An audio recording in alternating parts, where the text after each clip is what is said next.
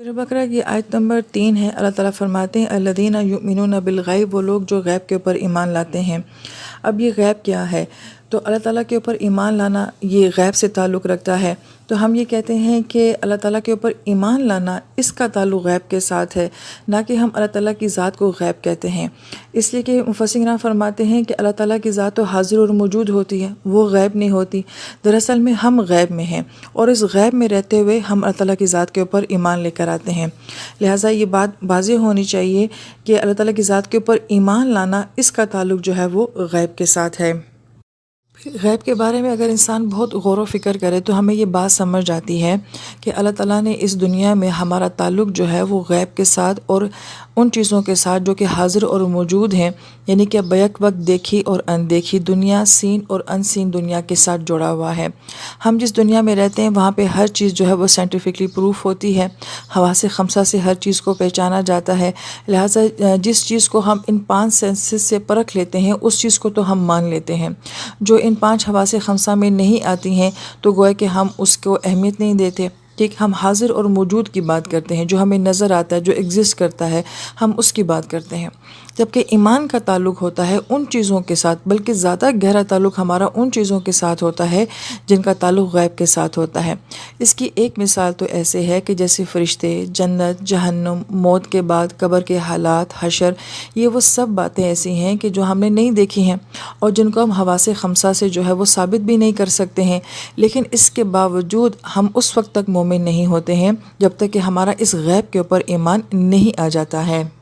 لہٰذا ہم رہتے تو حاضر اور موجود میں ہیں، جہاں چیزیں دیکھی جاتی ہیں، پرکھی جاتی ہیں، مگر ایمان جو کہ آپ کے اندر کی کیفیت ہے، بلکہ ایمان بذات خود ایک ایسی کیفیت ہے جو کہ دیکھی نہیں جا سکتی ہے، اور اس کا تعلق جو ہے وہ ان سین کے ساتھ جوڑا گیا ہے۔ لہٰذا انسان جو ہے اس بات کے اوپر غور کرے کہ وہ بیک وقت 2 دنیاؤں کے ساتھ کنیکٹ ہوتا ہے، ایک وہ دنیا جس میں وہ رہتا ہے اور ایک وہ دنیا جس میں اس نے آگے جا کے رہنا ہے۔ پھر بہت ہی خوبصورت بات مفسرین کرام یہ فرماتے ہیں کہ ابھی ہمارا تعلق جو ہے وہ اس دنیا کے ساتھ بہت مضبوط ہے، جس کو ہم حواس خمسہ سے دیکھتے ہیں، پہچانتے ہیں، جانتے ہیں، ثابت کرتے ہیں۔ ایک وقت ایسا آئے گا کہ جب ہم اس دنیا سے چلے جائیں گے تو ہمارا اس ان سین دنیا کے ساتھ تعلق بہت گہرا ہو جائے گا، اور یہ دنیا ہمارے لیے کیسی ہو جائے گی جیسے کہ آج ہمارے لیے وہ دوسری دنیا ہے۔ تب اس دنیا میں آنا اور اس دنیا کے اندر جو کچھ بھی ہے وہ تعلق پیچھے رہ جائے گا، اور آگے والی دنیا کے ساتھ ہمارا تعلق جو ہے وہ گہرا اور مضبوط ہو جائے گا۔ گویا کہ انسان 2 حالتوں میں رہتا ہے، ابھی اس دنیا میں رہتا ہے تو یہاں کے ساتھ بڑا اس کا مضبوط کنیکشن ہے، مگر ایمان اس کا اس غیب کے اوپر ہے۔ پھر ایک وقت ایسا آئے گا کہ اس دنیا سے تعلق مضبوط ہو جائے گا اور اس دنیا سے تعلق جو ہے وہ کمزور ہو جائے گا۔ تو یہ سین اور ان سین کا تعلق ہے۔ تیسری بات مفسرین کرام غیب کے بارے میں یہ فرماتے ہیں کہ اس دنیا میں رہتے ہوئے بھی، اس حاضر موجود دنیا میں رہتے ہوئے بھی ہمارا تعلق بہت ساری غیبی چیزوں کے ساتھ ہے۔ مثلاً کہ ہم دیکھتے ہیں کہ جسم ہے مگر روح کو ہم نہیں دیکھ سکتے، آنکھ ہے مگر بصارت نہیں دیکھی جا سکتی، کان ہے مگر سماعت کو نہیں ڈیفائن کیا جا سکتا، آواز کتنی خوبصورت چیز ہے مگر آواز کو جو ہے وہ سنا جا سکتا ہے، دیکھا نہیں جا سکتا ہے، دل ہے مگر دھڑکن کو نہیں بیان کیا جا سکتا کہ وہ کیسی ہوتی ہے، لہٰذا دل ہے مگر جذبات اور کیفیات ہیں۔ تو گویا کہ بہت ساری باتیں اس دنیا میں رہتے ہوئے بھی ایسی ہیں جہاں ہم کہتے ہیں کہ ان کا تعلق جو ہے وہ غیب کے ساتھ ہے۔ پھر اس غیب کو بعض مفسرین کرام نے یوں بھی بیان کیا ہے کہ اس غیب کا تعلق جو ہوتا ہے وہ ہمارے معاملات کے ساتھ بھی ہوتا ہے۔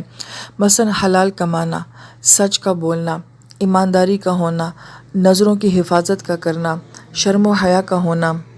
ان سب کا تعلق بھی اگر دیکھا جائے تو غیب کے ساتھ ہے کہ کون انسان کتنا حلال کماتا ہے، ایک دنیا کو نظر آ رہا ہے مگر ایک غیب میں اس کا عمل ہے، کون کتنا سچ بولتا ہے، کس کے اندر کیسی حیا ہے، کون کیسی نیت رکھتا ہے، کس کے دل میں کس طرح کے جذبات ہیں۔ تو یہ سب چیزیں بھی تو دیکھی نہیں جا سکتی ہیں نا، ان کا تعلق بھی تو غیب کے ساتھ ہے۔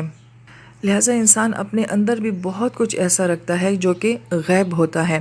اسے مفسرین کرام بڑی پیاری بات فرماتے ہیں کہ غیب کا تعلق جو ہے وہ مقدار کے ساتھ نہیں ہے بلکہ معیار کے ساتھ ہے، کہ کس انسان کے اندر کیسا ایمان ہے، کس انسان کے اندر کس طرح کی سچائی اور ایمانداری ہے، کس کے اندر کس طرح کی حیا پائی جاتی ہے۔ لہٰذا اس کا تعلق جو ہے ہم اس کو ماپ نہیں سکتے، اس کو دیکھ نہیں سکتے، اس کا وزن نہیں کر سکتے ہیں، بس اس کا ایک معیار ہے کہ یہ کس انسان کے اندر کس طرح پایا جاتا ہے، تو یہ بھی ایک غیب ہے۔ تو اب اگر ہم ترجمہ دیکھتے ہیں کہ الذین یؤمنون بالغیب، کہ وہ لوگ جو کہ غیب کے اوپر ایمان رکھتے ہیں، اب ان کا غیب میں ایمان کتنا ہے یہ ایک علیحدہ معاملہ ہے، اور جو ان کا ایمان سامنے ظاہر میں معاملات کی صورت میں نظر آ رہا ہے یہ ایک علیحدہ معاملہ ہے۔ تو ایمان کا تعلق غیب کے ساتھ یوں بھی بیان کیا جاتا ہے۔ پھر یؤمنون بالغیب کا مفسر کرام نے ایک اور بہت خوبصورت یوں بھی بیان کیا ہے کہ انسان کا ایمان غیب کے اوپر کیسا ہے، کس معیار کا ہے۔ اس کو اگر دیکھنا ہو تو یہ انسان کی زندگی کے مشکل وقت میں دیکھا جا سکتا ہے، کیونکہ مشکل وقت ایسا ہوتا ہے کہ اس میں یہ دیکھا جاتا ہے کہ اس کا اللہ تعالیٰ کی ذات کے اوپر بھروسہ کتنا ہے، اس کی امید کتنی ہے، اور اس کا غیب کے نظام کے اوپر کتنا اعتماد ہے کہ اللہ تعالیٰ اس کو اس مشکل وقت سے نکال دیں گے، اور اس مشکل وقت میں بھی اس کے لیے کوئی نہ کوئی خیر چھپی ہوئی ہے۔ لہٰذا جب انسان زندگی کے مشکل حالات میں ہوتا ہے تو سب سے زیادہ اس کا تعلق اس وقت غیب کے ساتھ دیکھا جا سکتا ہے۔ لہذا اس وقت جس انسان کا جتنا تعلق غیب کے ساتھ ہوگا وہ اتنا ہی مطمئن ہوگا اور وہ اتنا ہی پر امید بھی ہوگا۔ یہی وجہ ہے کہ ہم صحابہ کرام اور نبی علیہ السلام کی زندگی میں یہ دیکھتے ہیں کہ جب ان کے اوپر مشکل وقت آتا تھا تو ان کا غیب کے نظام کے اوپر بہت اعتماد اور بھروسہ ہوتا تھا، اور اسی وقت میں پھر غیبی مدد بھی ان کے پاس آیا کرتی تھی۔ لہٰذا انسان کو زندگی میں بہت مرتبہ ایسے حالات کے ساتھ واسطہ پڑتا ہے جہاں یہ دیکھا جاتا ہے کہ اس کا غیب کے اوپر کتنا اعتماد ہے۔ اور یہاں پر ایک بہت ہی خوبصورت نقطہ جو ضمن مفسر کرام بیان فرماتے ہیں وہ یہ کہ انسان کس وقت میں اللہ تعالیٰ کو سب سے زیادہ راضی کر سکتا ہے۔ تو مفسر فرماتے ہیں کہ جس وقت انسان اپنی زندگی کے مشکل ترین حالات میں ہوتا ہے وہ انسان کے پاس ایک گولڈن پیریڈ ہوتا ہے کہ اس میں انسان سب سے زیادہ اپنے اللہ تعالیٰ کو راضی کر سکتا ہے، کیونکہ چونکہ اس وقت وہ مشکل میں ہوتا ہے، ظاہری اسباب اس کو سپورٹ کر نہیں رہے ہوتے ہیں، اس کا اعتماد اس وقت جتنا غیب کے اوپر ہوتا ہے یہ اس کا دراصل میں امتحان ہوتا ہے، اور جو اس وقت غیب کے اوپر اپنے معیار کے ساتھ قائم ہوتا ہے تو اس وقت میں انسان اپنے رب کی رضا کو پا لیتا ہے۔ لہٰذا غیب کے فلسفے کو سمجھنا چاہیے کہ انسان کو اللہ تعالیٰ نے بیک وقت دو دنیاؤں کے ساتھ جوڑا ہے، وہ حاضر میں رہتے ہوئے غیب کے اوپر اعتماد رکھتا ہے، لہٰذا وہ ظاہری اسباب کو بھی اختیار کرتا ہے، اور اصل ایمان جو ہوتا ہے وہ اس کا غیب کے ساتھ ہوتا ہے۔ اس کی بہترین مثال بدر ہے کہ بدر میں صحابہ کرام میدان جنگ میں اترے ہیں، تلواریں چلائی ہیں، لڑے ہیں، شہادتیں ہوئی ہیں، مگر اس کے بعد غیبی نظام بھی آیا ہے کہ آسمان سے فرشتوں کا نزول بھی ہوا ہے۔ اس بات کو پھر اپنے ذہن میں دہرا لینا چاہیے کہ اللہ تعالیٰ نے بیک وقت ہمیں جو ہے ان دونوں جہانوں کے ساتھ جو ہے وہ جوڑ کے رکھا ہوا ہے، لیکن انسان کہاں ٹھوکر کھا جاتا ہے کہ وہ صرف ظاہر کے پیچھے جا رہا ہے، غیب سے اس کا تعلق کمزور ہوتا جا رہا ہے۔ اور یہاں پہ متقین کی سب سے بڑی اور پہلی خوبی کیا بیان کی گئی ہے کہ ان کا تعلق جو ہے وہ غیب کے ساتھ بہت مضبوط ہوتا ہے۔